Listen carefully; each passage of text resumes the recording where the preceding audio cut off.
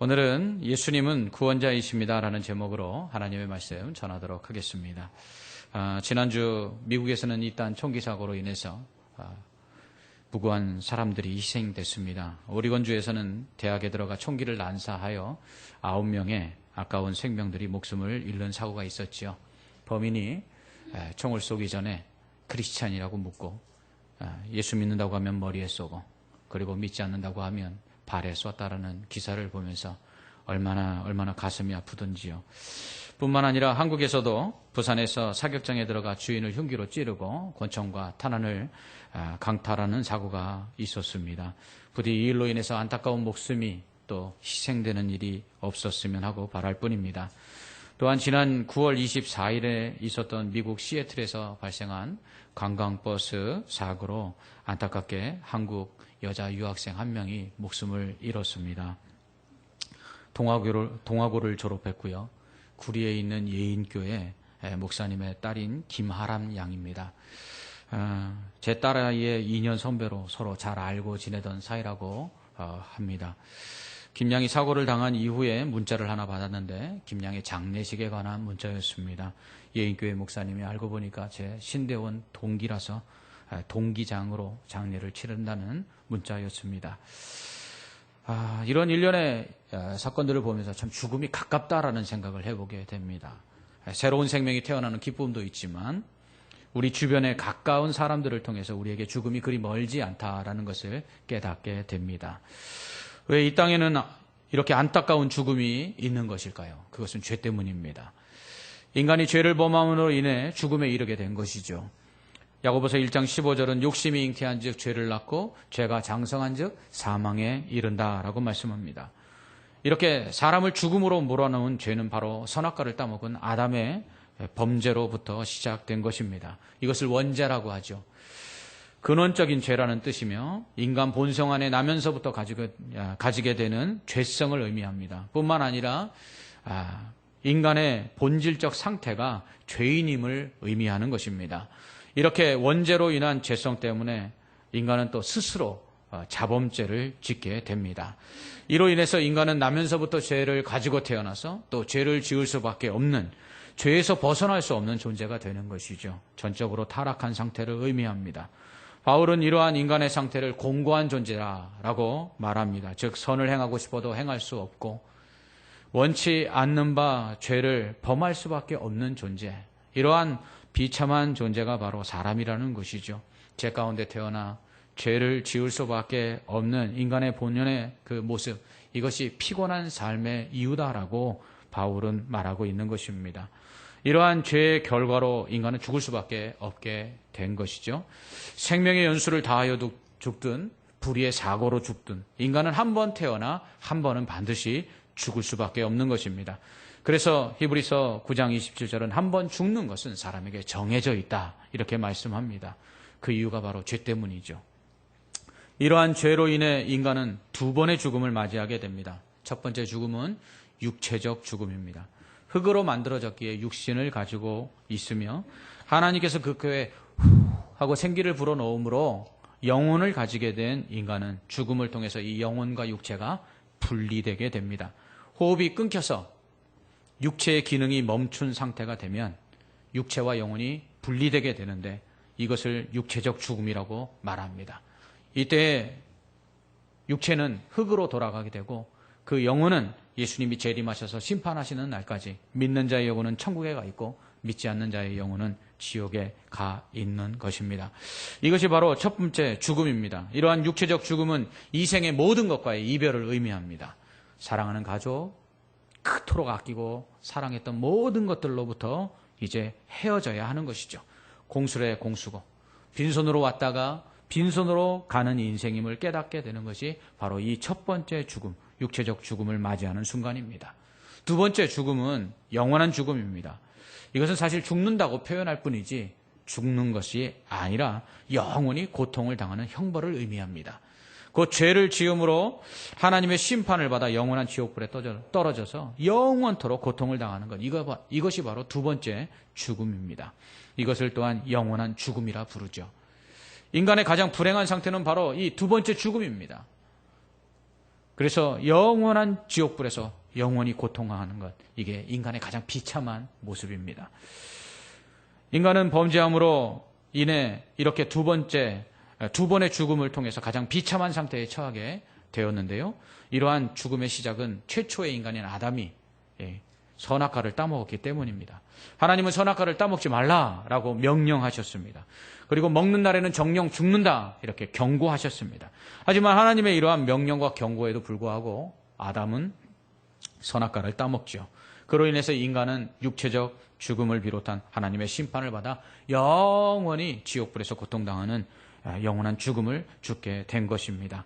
그렇다면 아담 한 사람 때문에 모든 사람이 죽는다는 것, 이건 너무 억울하지 않습니까? 왜 하나님은 아담의 범죄로 인해서 모든 사람이 심판을 받아 죽음에 이르게 하신 것일까요? 그것은 대표성의 원리 때문입니다. 하나님은 아담을 인류의 대표로 만드셨습니다. 그 대표인 아담이 범죄함으로 모든 사람이 죄를 범한 것으로 간주하시는 것이죠. 제2차 세계대전이 일본의 패전으로 끝났을 때 일본 천황은 항복문서에 도장을 찍고 항복을 선언합니다. 이것은 곧 일본 전체의 항복으로 간주되었습니다. 왜냐하면 일본 천황은 일본의 대표이기 때문입니다. 아버지가 매매 문서에 도장을 찍어서 집을 팔면 자녀들도 그 집에서 나가야만 합니다. 왜냐하면 아버지가 대표이기 때문이죠. 이렇게 대표가 한 행동이 공동체 모든 사람들에게 영향을 미치는 것이 바로 대표성의 원리입니다. 아담은 인류의 대표로서 그가 범죄함으로 인해 그의 후손된 모든 인류가 다 죄를 범한 것으로 간주된 것입니다.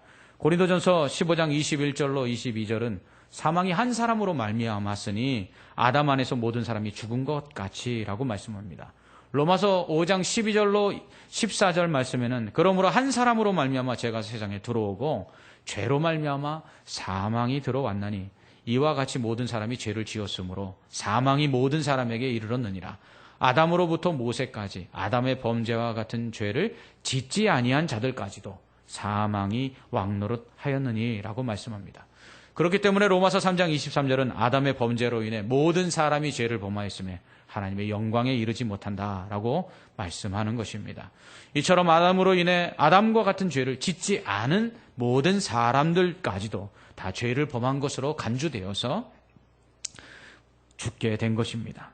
그렇다면 이렇게 아담의 원죄와 스스로 짓는 자범죄로 인하여 죽게 된 인간에겐 소망이란 없는 것일까요?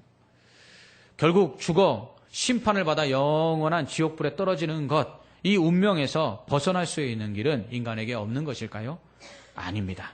있습니다. 범죄한 인간을 심판하사 죽음으로써 그 죄값을 치르게 하시는 공의의 하나님은 또한 사랑의 하나님이십니다. 그래서 범죄한 인간을 그대로 심판하여 영원한 죽음에 이르게 하시기를 원치 않으셨습니다. 그래서 죄로 인한 심판에서 벗어날 수 있는 길을 허락해 주셨지요. 그 첫 번째가 바로 율법입니다. 율법은 그것을 지킴으로써 하나님 앞에 의롭다함을 받을 수 있었습니다. 율법을 지키는 자는 하나님께 의롭다함을 얻어 심판을 받지 않을 수 있었습니다. 그러므로 율법을 지켜 의롭다함을 얻으면 되는 것이죠. 이것이 하나님께서 하신 첫 번째 약속이었습니다. 그래서 율법을 행위 언약이라고 부릅니다. 행위의 약속이다. 율법을 지켜 행함으로써 의롭다함을 받을 수 있다라는 이 약속을 하나님께서 하신 것이죠. 이 율법을 다 지켜 행하면 의롭다고 여기시겠다는 이 약속을 그래서 우리는 옛 약속, 구약이다 이렇게 부르는 것입니다. 성경은 구약 39권 그리고 신약 27권으로 되어 있는데 구약 성경 39권은 모두 이러한 율법을 지켜 행함으로써 의롭다함을 받을 수 있다라는 이 행위 언약을 그 기반으로 쓰여진 것입니다. 그러나 문제는 이 율법을 온전히 지킬 수 있는 사람이 한 사람도 없다는 것입니다. 로마서 3장 20절은 그러므로 율법의 행위로 그의 앞에 의롭다함을 얻을 육체가 없나니 율법으로는 죄를 깨달음이니라. 아멘. 이렇게 말씀합니다. 왜냐하면 육신이 연약하기 때문이죠. 곧 육체를 지닌 인간은 죄의 본성을 가지고 태어나서 죄는 잘 지어도 율법을 지켜서 하나님의 말씀에 순종할 수 있는 능력은 부족했던 것입니다. 그로 인해서 의롭다함을 얻을 수 있도록 주어진 율법은 그것을 지키지 못하는 인간들을 오히려 정죄하고 단지 죄가 무엇인지를 깨닫게 하는 역할만을 하게 된 것입니다. 여러분, 법이 없는 곳에는 위법이나 불법도 없습니다. 또한 법을 지키면 법은 아무런 제재를 하지 않습니다. 그러나 법이 있고 그 법을 지키지 않으면 불법과 위법으로 간주하여서 그 법에 의하여 죄를 묻게 되고 그리고 그 법에 의하여 처벌을 받게 되는 것입니다. 길에 신호등이 없을 때는 길을 건너는 것이 불법이나 위법이 아닙니다. 하지만 신호등이 생긴 이후에 신호를 지켜서 길을 건너지 않으면 그것은 불법이요 위법인 것입니다. 만약 신호를 지키지 않고 길을 건너게 되면 법에 따라 처벌을 받는 것이죠. 이처럼 율법의 기능이 그와 같은 것입니다. 율법은 좋은 것인데요. 그것을 지키면 의롭다함을 받을 수 있지만 그것을 지켜서 행하지 아니하면 율법에 의거해서 정죄를 받고 그리고 심판을 받는 것입니다.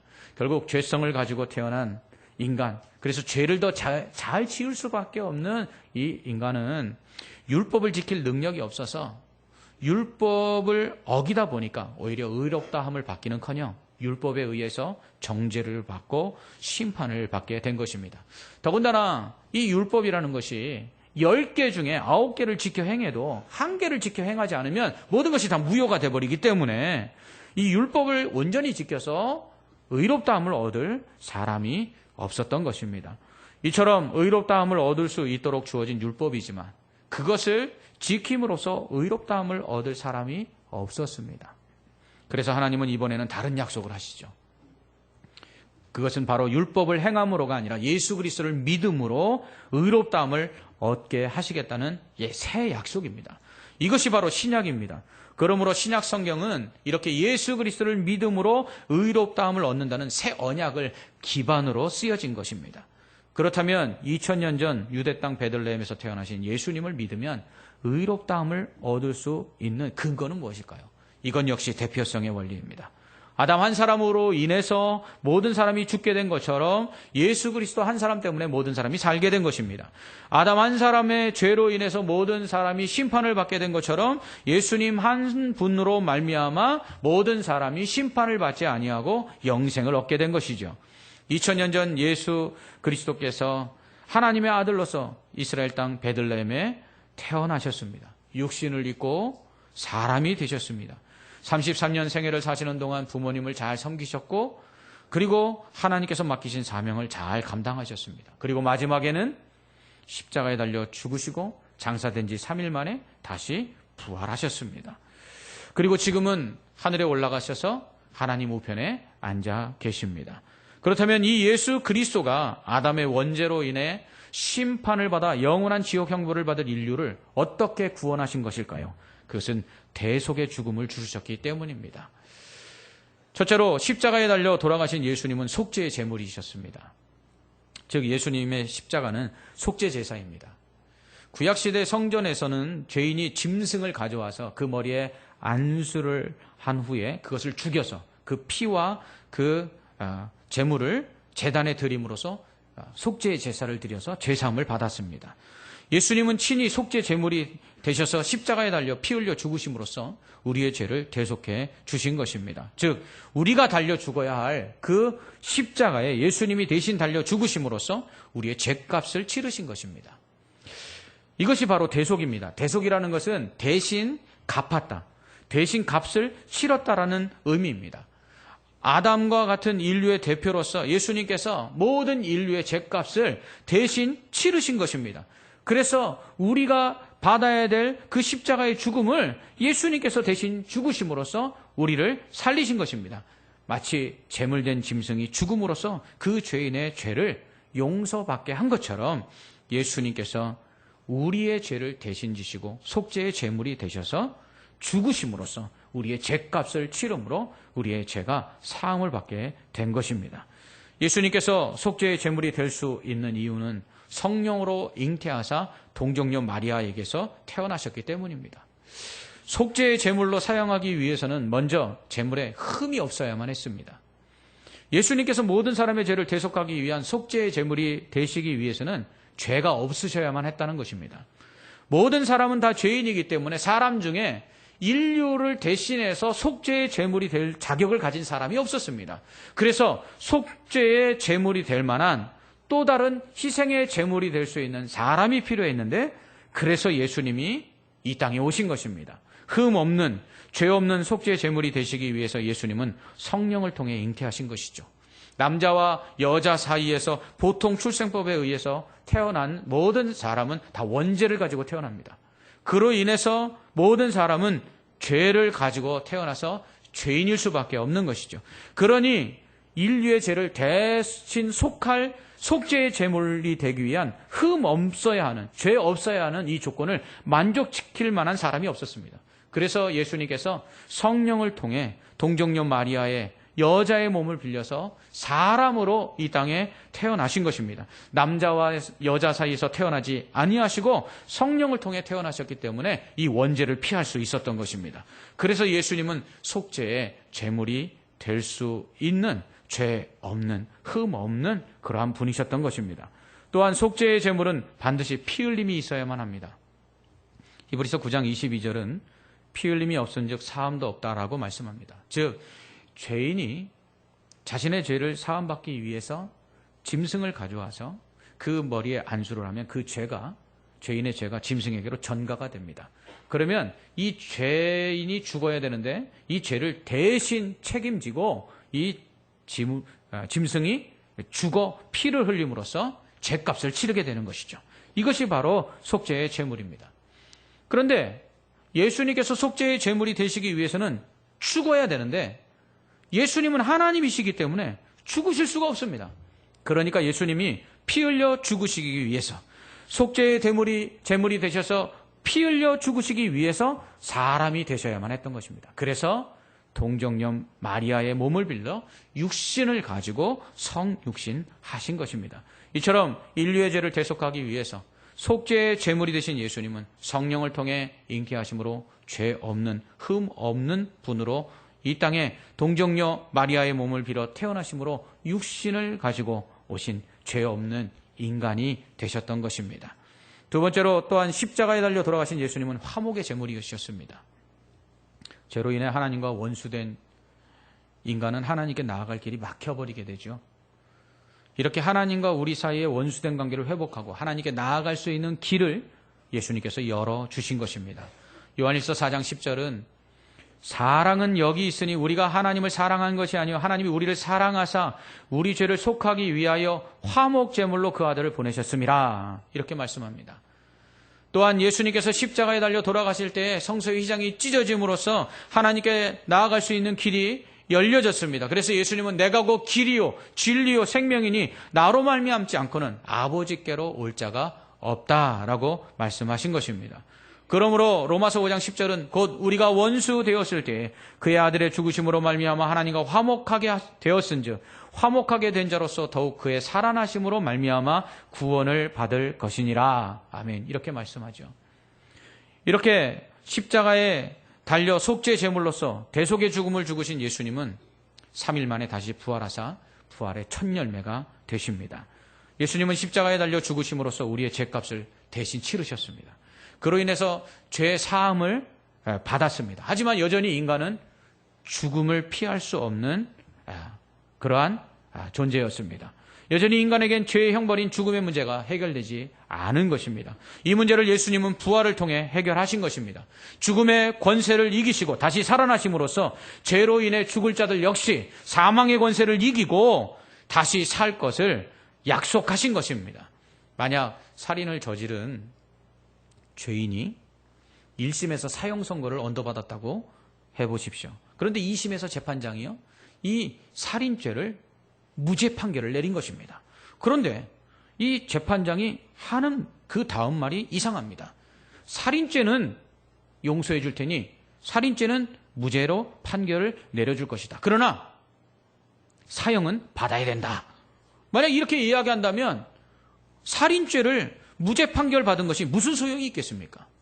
예수 그리스도께서 십자가에 달려 죽으심으로써 우리의 죄를 용서해 주셨지만 예수님이 부활하지 아니하셔서 우리가 죄 용서 받은 상태로 죽어 있다면 죄 용서 받은 그것이 무슨 소용이 있겠느냐는 것입니다. 그렇기 때문에 죄 사함을 받은 자들이 죄의 형벌인 죽음마저도 면제받을 수 있도록 예수님께서는 십자가에서 죄를 사해 주신 것이고, 부활로 인해서 십자가의 죄의 형벌인 사망을 벗어날 수 있게 해주신 것입니다. 이렇게 우리의 죄를 대속하기 위해 속죄 제물이 되시고, 또한 하나님과 원수되었던 우리를 화목하게 하시기 위해서 화목 제물이 되신 이 예수님으로 인해서 심판을 받아 지옥에 떨어져 영원히 고통받아야 될 우리가 심판에서 벗어나 영생을 얻어 천국에 들어가서 영원토록 하나님과 함께 왕노릇할 수 있게 된 이 놀라우신 은혜가 우리에게 주어진 것입니다. 이것이 바로 하나님의 사랑이죠. 그래서 로마서 5장 8절은 우리가 아직 죄인 되었을 때에 그리스도께서 우리를 위하여 죽으심으로 하나님께서 우리에 대한 자기의 사랑을 확증하셨느니라 라고 말씀하는 것입니다. 이러한 예수 그리스도를 통해 죄사함을 받고, 또한 의롭다함을 받아서 심판을 받지 않고 사망의 권세를 이기고 천국에서 영생을 누리는 길은 십자가에 달리신 예수 그리스도를 믿는 것입니다. 3일 만에 다시 부활하신 그 예수님을 믿는 것입니다. 우리가 이 예수님을 우리의 구주로 믿을 때 심판을 받지 않게 되고 영원한 지옥불에 떨어지지 않으며 천국에서 영생을 누리며, 또한 예수 그리스도와 함께 하늘에서 영원토록 왕노릇하게 되는 것입니다. 또한 육체적 죽음은 영생에 들어가기 위한 문이 되는 것입니다. 예수 그리스도를 믿을 때 죽음은 더 이상 두려움의 존재가 아니라 그 죽어야만 영생의 시작이 되기 때문에 우리는 그 죽음을 두려워하기보다 영생을 얻어 천국에 들어갈 것을 소망하면서 오히려 죽음을 기쁨으로 맞이할 수 있게 되는 것입니다. 요한복음 5장 24절은 그래서 내가 진실로 진실로 너에게 이르노니 내 말을 듣고 또 나 보내신 이를 믿는 자는 영생을 얻었고 심판에 이르지 아니하나니 사망에서 생명으로 옮겼느니라. 아멘. 이렇게 말씀하는 것입니다. 이것이 바로 새 언약입니다. 율법을 행함으로 의롭다함을 얻는 옛 언약, 이것은 지킴으로써 행함으로써 의롭다함을 얻을 사람들이 없자 이 율법을 지켜 행함으로 의롭다함을 얻지 못해 심판에 다 떨어진 이 인류를 불쌍히 여기신 하나님께서는 단지 예수 그리스도께서 십자가에 달려 죄를 속해 주시고 부활하심으로 영생을 얻도록 해주신 이 복음을 믿기만 하면 의롭다 여기시고 또 천국에 들어가 영생을 얻게 해주시는 것입니다. 이 새 언약, 이 율법이 아닌 믿음으로 말미암아 의롭다함을 얻고 영생을 얻게 하시겠다는 이 약속이 바로 하나님의 사랑인 것입니다. 오직 예수 그리스도 한 분만이 우리의 유일한 구원자이십니다. 다른 구원의 방법은 없습니다. 선을 행하거나 율법을 지킴으로써 의롭다함을 얻어 구원받을 수 없습니다. 그랬다면 예수님께서 오실 필요도 없고 십자가에 달려 죽으실 필요도 없으셨습니다. 그렇기 때문에 사도행전 4장 12절은 다른 이로서는 구원을 받을 수 없나니 천하 사람 중에 구원을 받을 만한 다른 이름을 우리에게 주신 일이 없음이라 라고 말씀합니다. 그렇습니다. 내가 곧 길이요 진리요 생명이니 나로 말미암지 않고는 아버지께로 올 자가 없다고 말씀하신 예수님의 말씀처럼 예수님이 아니고서는 구원받을 수 없는 것입니다.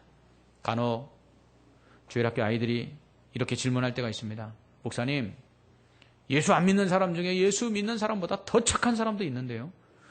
예수 안 믿는 사람 중에 예수 믿는 사람보다 더 좋은 일 하는 사람도 많은데요. 그런 사람들도 예수님을 안 믿기 때문에 구원받지 못하는가요? 라고 질문할 때가 있습니다. 답은 그렇다입니다. 예수 그리스도를 믿지 않으면 구원을 받을 수가 없습니다. 왜냐하면 그것이 가장 큰 죄이기 때문입니다. 결코 용서받지 못할 죄가 하나 있는데 그것은 바로 성령께서 믿게 하시는 그 성령을 회방하여 성령의 그 부르시는 소리에 응답하지 아니하고 예수 그리스도를 믿지 않는 것, 이것이 가장 큰 죄입니다. 그렇기 때문에 심판을 받아 지옥에 가는 것은 이 예수 그리스도를 믿지 않는 이 죄를 범한 자들만이 지옥에 떨어지는 것입니다. 그러므로 우리는 예수 그리스도를 믿어야 합니다. 이 예수 그리스도를 믿을 때 우리는 죄사함을 받고 영생을 얻는 천국에 들어갈 수 있는 것입니다. 오늘 본문의 말씀이 그것입니다. 하나님이 세상을 이처럼 사랑하사 독생자를 주셨으니 이는 그를 믿는 자마다 멸망하지 않고 영생을 얻게 하려 하심이라. 하나님이 그 아들을 세상에 보내신 것은 세상을 심판하려 하심이 아니요 그로 말미암아 세상이 구원을 받게 하려 하심이라. 그를 믿는 자는 심판을 받지 아니하는 것이요 믿지 아니하는 자는 하나님의 독생자의 이름을 믿지 아니하므로 벌써 심판을 받은 것이니라. 아멘. 이렇게 하나님께서 죄인들을 사랑하셔서 구원하시기 위해 독생자 예수 그리스도를 아끼지 아니하시고 십자가에 내어주셨습니다. 하지만 세상은 하나님의 이런 사랑을 모릅니다. 그렇게 예수 그리스도가 누군지에 대해서 관심이 없습니다. 그저 성탄절, 크리스마스가 있게 한 날, 사람, 이 정도로 알고 있습니다. 4대 성인 중에 한 사람. 사람들은 그렇기 때문에 천국과 지옥도 관심이 없습니다. 그냥 막연하게 있을 수도 있고 없을 수도 있지라고 생각합니다. 하지만 그러다 죽음이 닥치면 그때서야 인생의 가장 중요한 것이 무엇인지를 직면하게 됩니다. 죽음 앞에서는 용기 있는 사람을 찾아보기 힘듭니다. 죽음 앞에서는 인간은 모든 것들을 다 내려놓게 됩니다. 죽음을 직면하게 되면 모든 것이 의미 없다는 것을 깨닫게 됩니다. 그러나 문제는 죽음에 직면했다고 해서 예수 그리스도를 자동적으로 믿을 수 있는 것은 아니라는 사실입니다. 어떤 사람은 이 세상 내 마음대로 살다가 죽을 때 돼서 예수 믿고 천국 가면 되지라고 쉽게 말하는 사람들이 있습니다. 그러나 죽음에 직면했다고 해서 그 죽음을 스스로 해결할 수 없는 그 상황에서 예수 그리스도를 믿고 구원받아야겠다라고 결단하는 사람들은 그리 많지 않다는 사실입니다. 부교육자 시절 이제 80이 넘어 죽음을 앞둔 아버지를 구원해달라고 복음을 전해달라고 요청하는 집사님의 말씀을 듣고 중환자실로 달려간 적이 있습니다. 숨이 턱에까지 차서 산소호흡기를 꽂고 헐떡거리시고 있는 어르신에게 복음을 전했습니다. 예수 그리스도를 믿으면 죄사함을 받습니다. 이 길만이 구원을 받는 길입니다. 이 죽음 이후에 어떤 일이 있을지 두려우시죠. 그러나 믿으시면 이 죽음이 두렵지 아니하시고 이 죽음 이후에 영생이 기다리고 있음을 알게 되실 것입니다. 복음을 다 전한 후에 제가 어르신에게 물었습니다. 이해가 되십니까? 고개를 끄덕이십니다. 제가 마지막으로 질문했습니다. 어르신, 그렇다면 이 예수 그리스도를 믿고 구원을 받으시겠습니까? 아무런 미동도 없으십니다. 결국 그 어르신은 그 후 예수 그리스도를 믿지 아니하시고 그렇게 임종하셨습니다. 죽음이 임박했다고 해서 죽음 앞에서 이 인생이 아무것도 아니며 덧없다라는 걸 안다고 해서 예수 그리스도를 믿을 수 있는 것은 아닙니다. 지금 우리의 인생이 아직 많이 남았다 생각할 때 우리는 믿어야 합니다. 인생은 그리 길지 않습니다. 우리의 시간은 쏜 화살처럼 쏜살같이 지나갑니다. 죽음은 뜻밖의 찾아오는 불청객입니다. 언제 우리에게 죽음이 임할런지 우리는 알지 못합니다. 죽음은 생각보다 우리 곁에 가까이 와 있습니다. 그러므로 믿을 수 있는 시간이 많지 않습니다. 지금 믿어야 합니다. 우리가 예수님을 구원자로 믿을 때 죄사함을 받아 의롭다함을 얻고 천국에 들어가 영생을 얻게 될 것입니다. 그로 인해 우리는 죽음을 두려워하거나 인생 속에서 당하는 고난 속에서도 영생의 소망을 가지고 인내하며 오히려 평안 속에 기뻐할 수 있는 것입니다. 믿음은 이처럼 이 땅에 사는 동안에 우리를 소망 중에 기뻐하며 내세의 천국에서 영생을 얻을 것을 바라보는 가운데 죽음도 두려워하지 않게 하는 힘이 있으며 또한 인생의 환난을 견뎌 인내하게 하는 그러한 능력이 되는 것입니다. 우리를 구원하시기 위해 십자가에 달려 죽으시고 3일 만에 다시 부활하신 그 예수 그리스도를 믿어야 합니다. 믿을 때 큰 구원의 기쁨이 우리 안에 넘치게 될 것이고 영생의 소망이 우리 안에 충만하게 될 것이며 구원받은 자들에게 베푸시는 하나님의 풍성하신 사랑이 날마다 우리 안에 넘쳐나서 이 세상을 믿음으로 이겨내고 결국 저 천국에 들어가 영생을 얻게 될 줄 믿습니다. 기도하겠습니다. 우리를 구원하시기 위하여 십자가에 달려 죽으시고 3일 만에 다시 부활하심으로 원수되었던 우리를 하나님의 자녀로 삼아 주시고 그리고 지옥이 아닌 천국에서 영생을 누릴 수 있도록 구원하여 주신 하나님의 은혜를 감사를 드립니다. 우리가 믿을 때 이 믿음이 우리를 영생의 소망 가운데 이 땅을 날마다 인내하며 승리하며 살게 할 뿐만 아니라 구원받은 하나님의 자녀들에게 베푸신 하나님의 은혜를 풍성하게 누리게 하며 더 나아가서 죽음마저도 두려워하지 않는 가운데 평안을 누리고 참된 안식에 들어갈 날을 소망하며 믿음의 경주를 다하게 될 줄 믿습니다. 이 믿음이 우리 안에 변치 않도록 주여 날마다 새로운 은혜로 함께하여 주시옵소서. 예수님 이름으로 기도합나이다. 아멘.